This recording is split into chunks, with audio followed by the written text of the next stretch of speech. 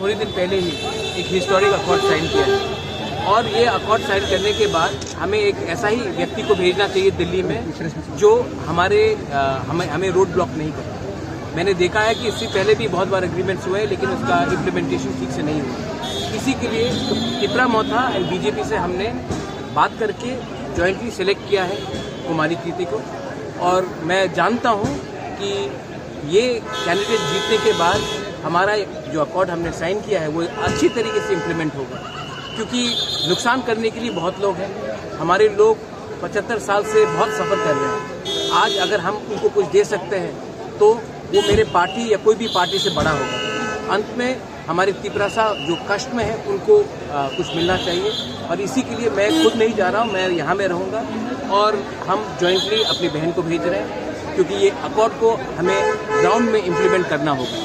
Opposition वाले बोल रहे थे पहले आपका स्लोगन था पहला जाति उल्ला पार्टी, मगर आज आपकी फैमिली से कैंडिडेट बना है तो ये क्या इसको लेके क्रिटिसाइज हो रहा है, तो क्या बोलना चाहेंगे? सर ऑपोजिशन है नहीं त्रिपुरा में, ऑपोजिशन इंडिया में नहीं है।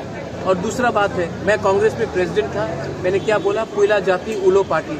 आज भी पार्टी का नहीं सोचकर जाति के बारे में सोचकर मैंने कैंडिडेट दिया है। सिंबल इम्पोर्टेंट नहीं होता, इम्पोर्टेंट होता है अपने लोग।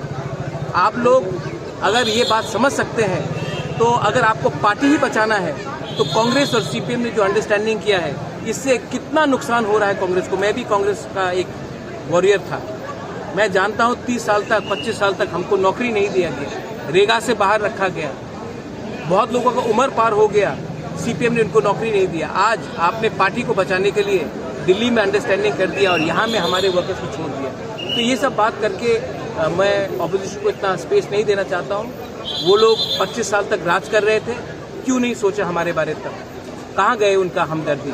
आज डेमोक्रेसी बचाना है आपको, कॉन्स्टिट्यूशन बचाना है, तो हमारा कॉन्स्टिट्यूशनल राइट्स के बारे क्या हुआ?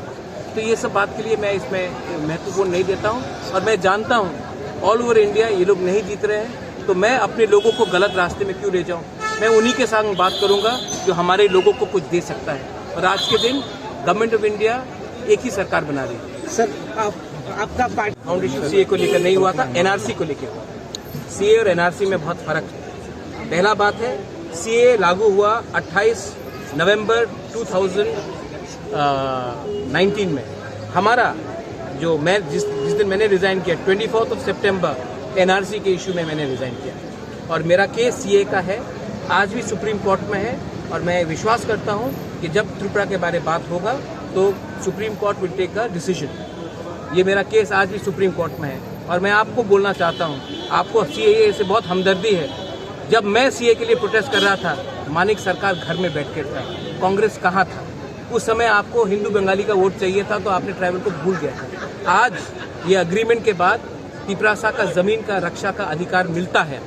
हमारा एडीसी को एग्जेम्प्ट किया गया है और एडीसी से बाहर भी जो 33 विलेज काउंसिल्स है जिसको हम लाना चाहते हैं उसको भी एग्जेम्प्ट किया जाए। हम रक्षा के बारे में बात कर रहे हैं, ये लोग आज हमदर्दी दिखा रहे हैं, इतने दिन तक दिखाया नहीं।